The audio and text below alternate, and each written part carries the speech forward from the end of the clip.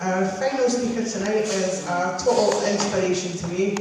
She's my go-to person when I need advice, and she's the woman who's encouraged me to use my voice. We first started speaking, or rather ranting, about everything after I heard her speak at Hope Over Fear rally. So much of what she said about poverty resonated with what we all experience.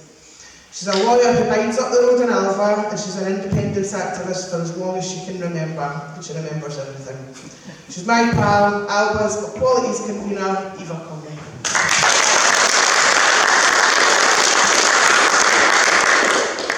We all have political heroes.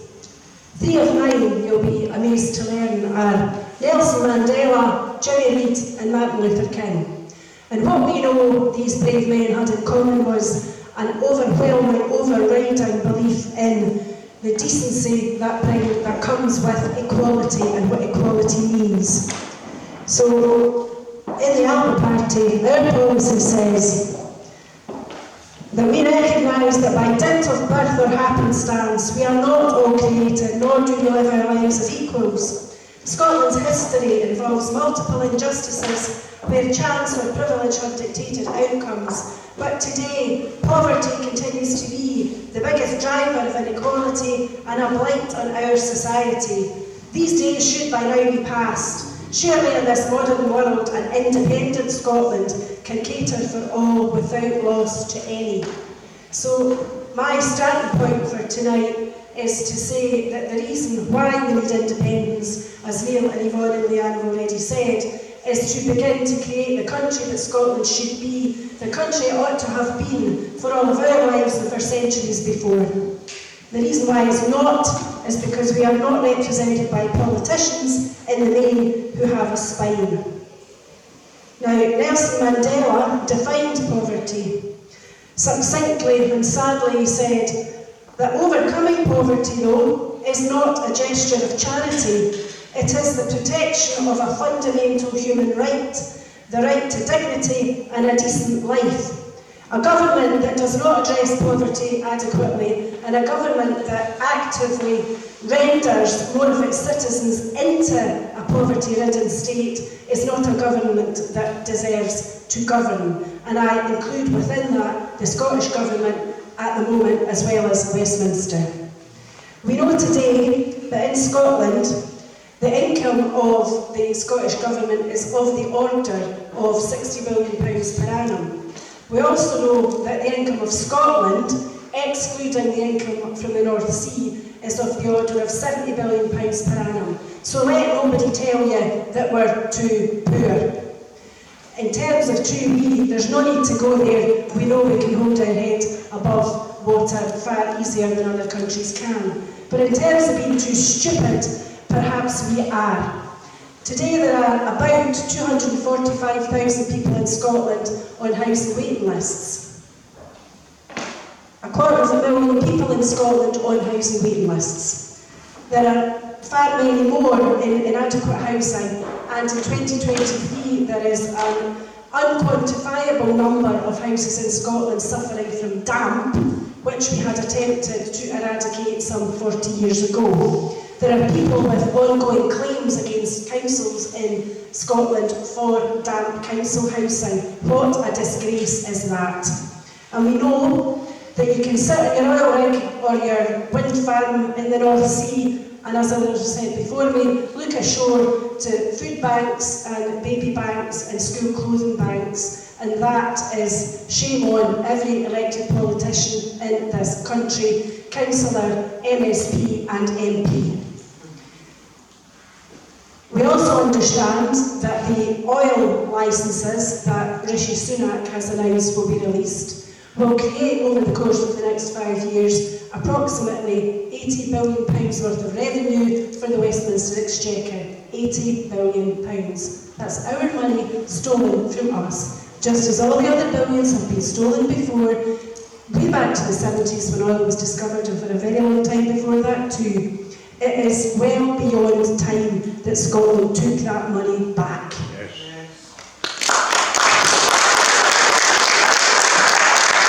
Last week, British Gas announced their profits for 6 months, not a year, 6 months. £9 £969 million in 6 months, as people in Scotland are starving and suffering and shivering. And this winter, by God, it's going to be a bad one for many. And how wrong is that in a land which is actually self-sufficient in energy? And we can talk about people not being able to eat or heat and have to choose between one or the other. What you must not forget is that hundreds of people were admitted to hospital in Scotland last year suffering from hypothermia. We're told the rest of the world is on fire at the moment.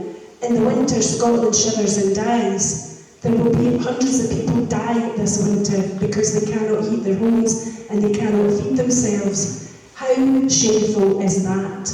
Do you hear our elected politicians speak in detail about this? No, you don't. You hear it in passing and they blame Westminster because Scottish politicians, with a few honourable exceptions, one of whom is here obviously, will not accept the responsibility for that themselves. And that takes me neatly on to the need for Scotland to have a competent government in Holyrood, which one would suggest in many respects is not there now. The two-child rate clause is something that Holyrood could mitigate against overnight.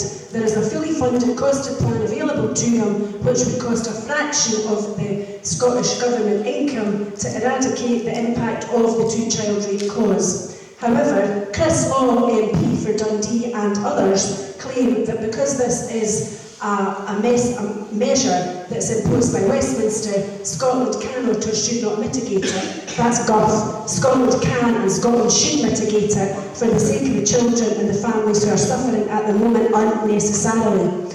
A similar position applies in relation to school meals. It's claimed that the Scottish budget can't afford to roll out free school meals to all children in nursery, primary and secondary schools. Again, that's nonsense. A very small percentage of the Scottish budget can be utilised for that purpose, thereby removing the stigma of means-tested free school meals and making sure that every pupil in every school in Scotland has a square meal at least once a day, regardless of domestic circumstances. Those Scottish politicians who steadfastly refuse to implement those policies do themselves and their country folk a very great disservice, and thankfully we will remember, if not in 2024, then certainly in 2026, if that's when the next Holyrood election has to be.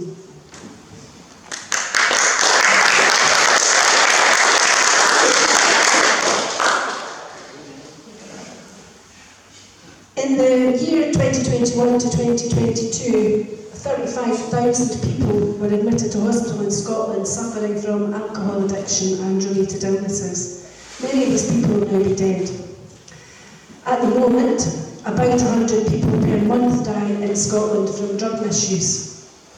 The difficulties in these two areas arise in part from poverty and inequality, but also from the failures of the health service and, again, of our politicians to address these matters holistically.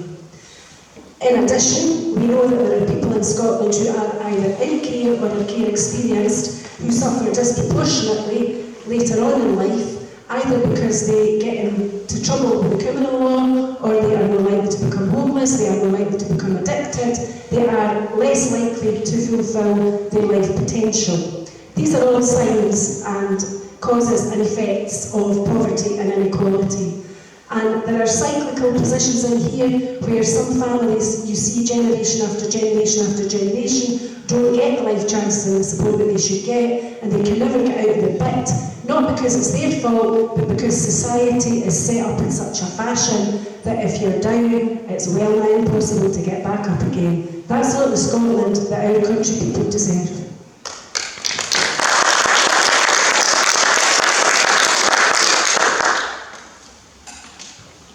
And if you want to know how to fix it, as Neil Yvonne said, the answer is independence, but it's not independence for the sake of it alone.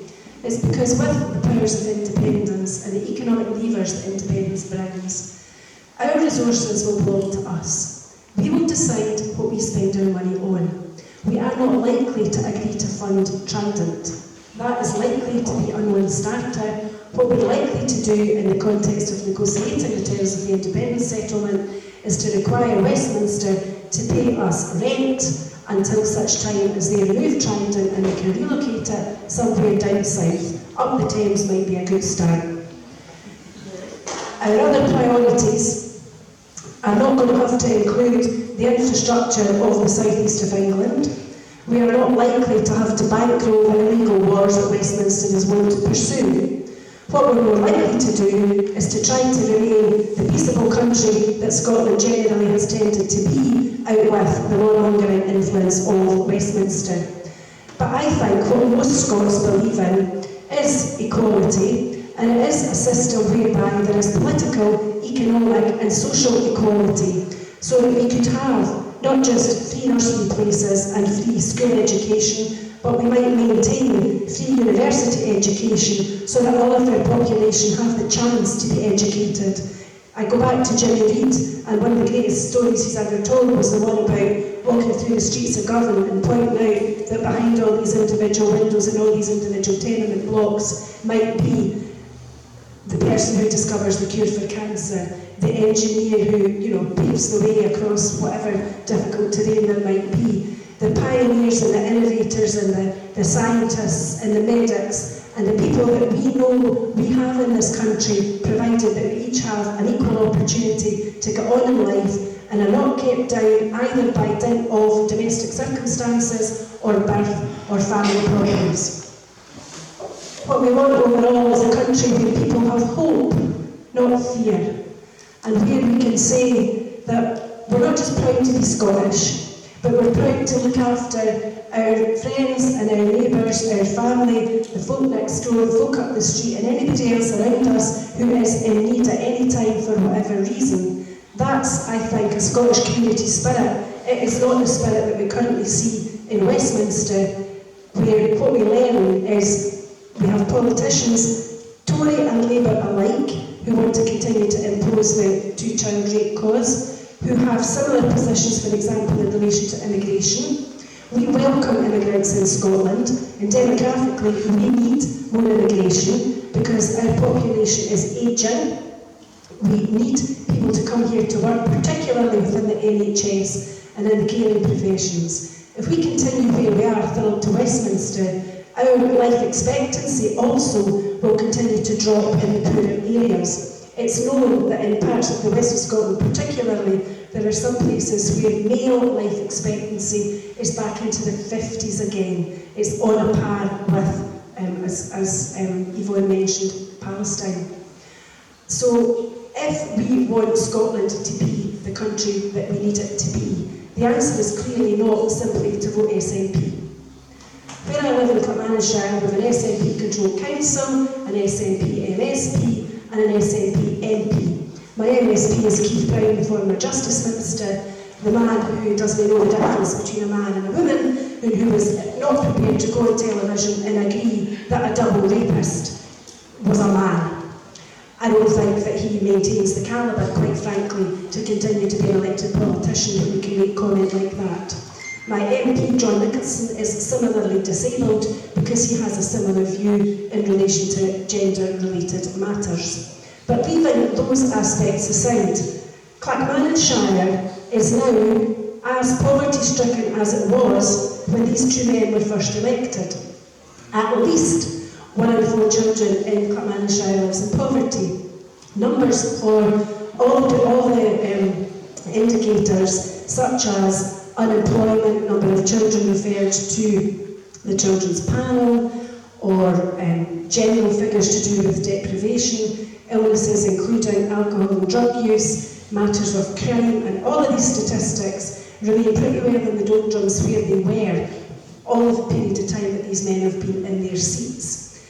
There's something wrong there, and I think what's wrong is within the Scottish Government, run by the SNP, and in the SNP group at Westminster, there is a lack of political will to get in the driving seat and take radical action to address the ills of that county and our country. You've heard it said before that Clackmannanshire is Scotland in miniature. It certainly is. But in the great kingdom of Fife, you're also a microcosm of Scotland because you've got a good set of MPs representing all parties. And from what I'm about to say, I'm removing Neil Henry. The others have done little, if anything, to create better days and better times for the people of Fife and for Scotland, because in the main they've gone to Westminster and sat on their hands and forgotten that the job they were elected to do was to get Scotland the hell out of there.